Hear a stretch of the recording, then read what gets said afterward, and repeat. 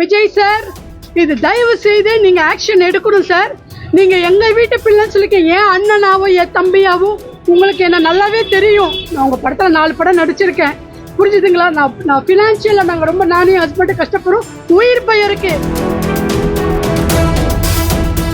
ராமநாதபுரம் அரண்மனை பகுதியில் உள்ள தனது கணவரின் பூர்வீக சொத்து அபகரிக்கப்பட்டுள்ளதாக நடிகை ஷர்மிளி குற்றம் சாட்டியிருக்கிறார். இதுகுறித்து மாவட்ட ஆட்சியர், வருவாய் அலுவலர் ஆகியோரிடம் மனு அளித்திருப்பதாகவும், போலி பட்டா மூலம் சில தனிநபர்கள் அபகரித்திருக்கும் இடத்தை மீட்டுத் தரும்படியும் முதலமைச்சர் விஜய்க்கு அவர் கோரிக்கை விடுத்துள்ளார். விஜய் சார், இது தயவு செய்து நீங்க ஆக்ஷன் எடுக்கணும் சார். நீங்க எங்க வீட்டு பிள்ளைன்னு சொல்லிக்க, என் அண்ணனாவோ என் தம்பியாவோ உங்களுக்கு என்ன நல்லாவே தெரியும். நான் உங்க படத்துல 4 படம் நடிச்சிருக்கேன், புரிஞ்சுதுங்களா?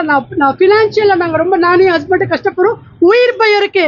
எங்களுக்கு ஒரு உடம்புல ஒரு கீறல் வந்தா கூட நாங்க எஸ்பி ஆபீஸ்ல எத்தனை பேர் கொடுத்தோமோ அத்தனை பேர் காரணம்.